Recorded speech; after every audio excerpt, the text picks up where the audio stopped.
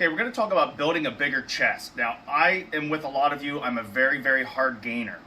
So we're going to go over some things today to build a bigger chest, and one move in particular that's really going to build your upper chest. So I don't want to get into a lot of science that you don't care about, but when it comes to building a muscle group, you do need to understand a little bit of the kinetics behind it, how the muscles move and things. So just briefly, we have a couple different heads to the pecs. You have your pectoral major sternal, which is the main chest plate. Now this is going to be worked with pressing movements, benching, flies, dips, things like that.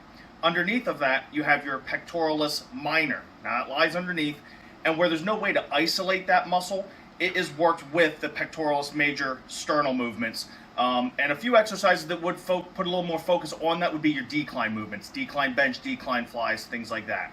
And then finally, the other major muscle associated with the pecs is the pectoralis major clavicular. Now that attaches at the clavicle, and the kinetic function of that is flexion. So that is going to greatly improve pressing movements like bench and things. And how you would focus on that, and this is your upper chest we're talking now, would be that pectoralis major clavicular. How you work that is going to be your incline movements, incline bench, incline flies, and a move that we're going to go over here in a minute called the champagne, and that works great. Now, upper chest is the most important because it does strengthen your other exercises. It's going to strengthen your pressing movements. It's going to make your chest appear fuller, and it's going to develop your overall chest, give you that nice big full-looking chest. So also with working that upper chest, it's going to stimulate better muscle growth overall as well. So we're not just getting that full, rounded, well-looking chest. You're stimulating the entire chest region. So some ways to build the overall chest.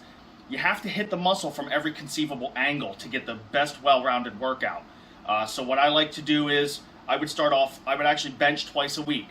You need to do progressive overload. You need to go heavy, but you also need to keep the reps up to a degree. So what I like to do is on tricep day, I would start off with bench and do a 5x5 very heavy.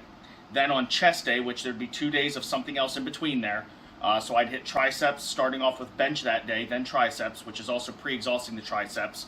Then I would have something else the next day, something else following day, and then day 3 I would be my actual chest day where I'd start off with dumbbell benching.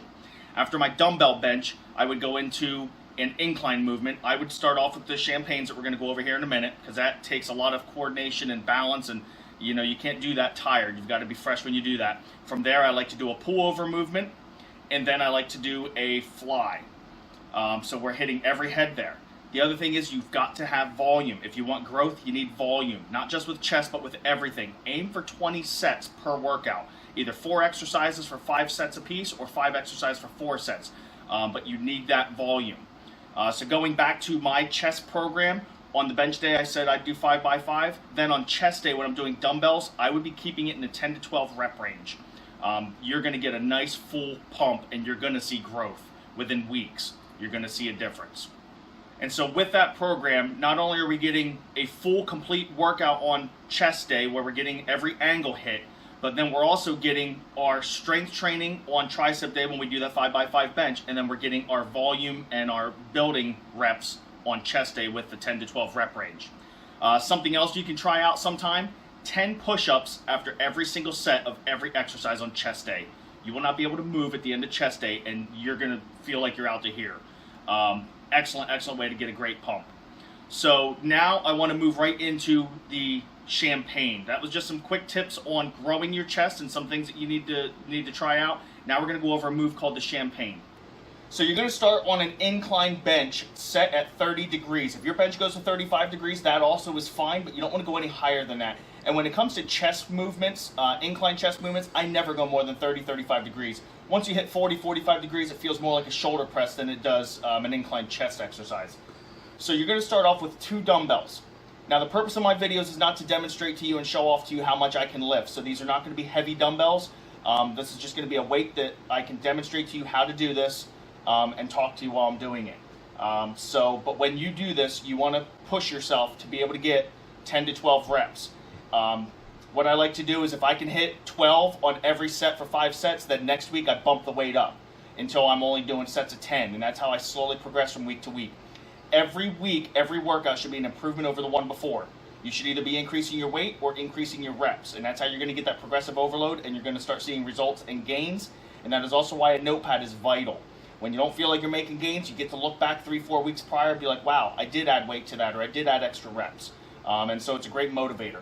So with the champagnes, starting off on an incline bench, and I'm going to show you this from 2 different angles. We're going to show from the side first. You're going to grab the dumbbells, and you're going to hold them together right on your upper chest.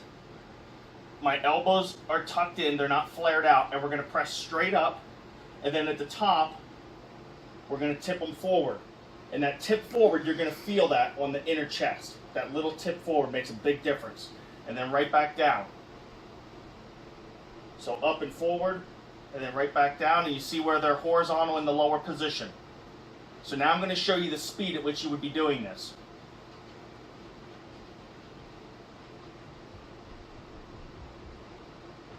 Just get that 1 second pause at the top, that 1 second pause, squeeze. So now I'm going to show you from the front so that you can see the position of my elbows. So again, we've got our bench set at 30 degrees here. You can go 35 if you like. Dumbbells together, right on my upper chest. Just up and forward. And you see my elbows are not flaring out. They're staying tucked in. Keeping that focus on the chest.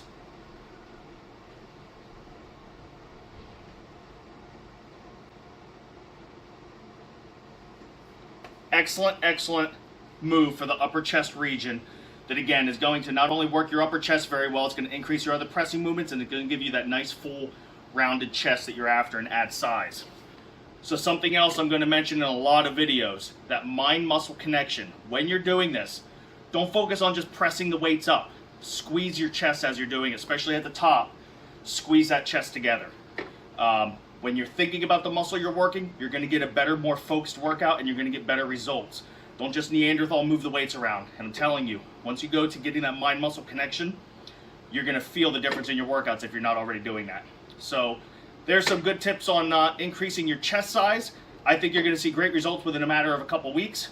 And if you haven't hit the subscribe button yet, please do that now. We're going to have a lot of good stuff coming. And if you found this video helpful at all, I'd really appreciate a like. So, as always, thank you for the support, and thanks for watching.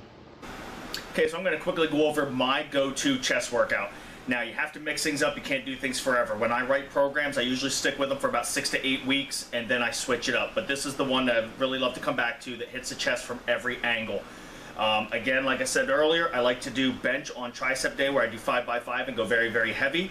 That gets me my strength training. And then on chest day, I'll start off with very heavy flat dumbbell bench for 5 sets of 12. And again, for the progressive overload, if I only get sets of 10, then the next week I keep the weight the same until I get 5 sets of 12, and then I increase it. And you might start off with doing sets of 10, and you would keep with that until you can bump that all up to sets of 12. And so each week you're going to get more reps or more weight.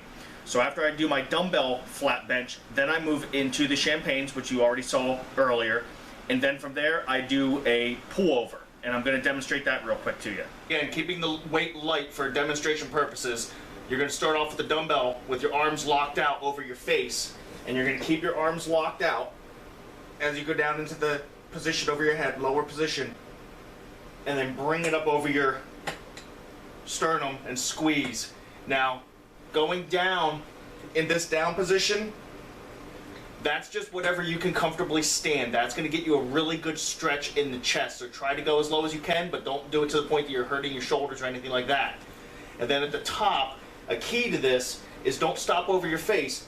Get it over your sternum. Right here is over my face. Bring it a little bit further. That little bit further is a massive difference. It really gets you that work on the middle chest there. It gets you that nice squeeze.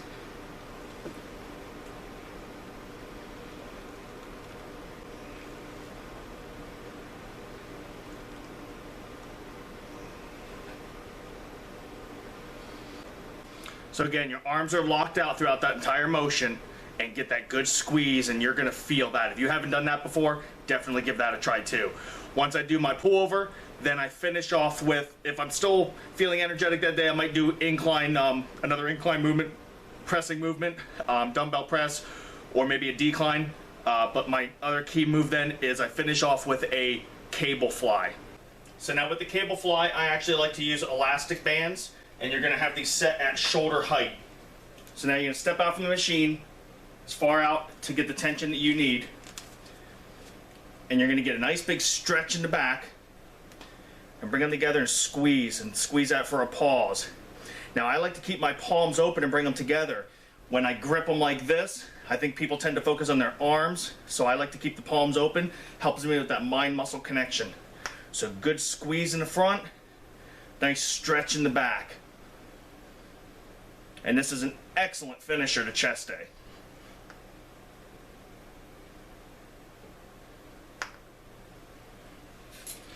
So that's my go-to chest program.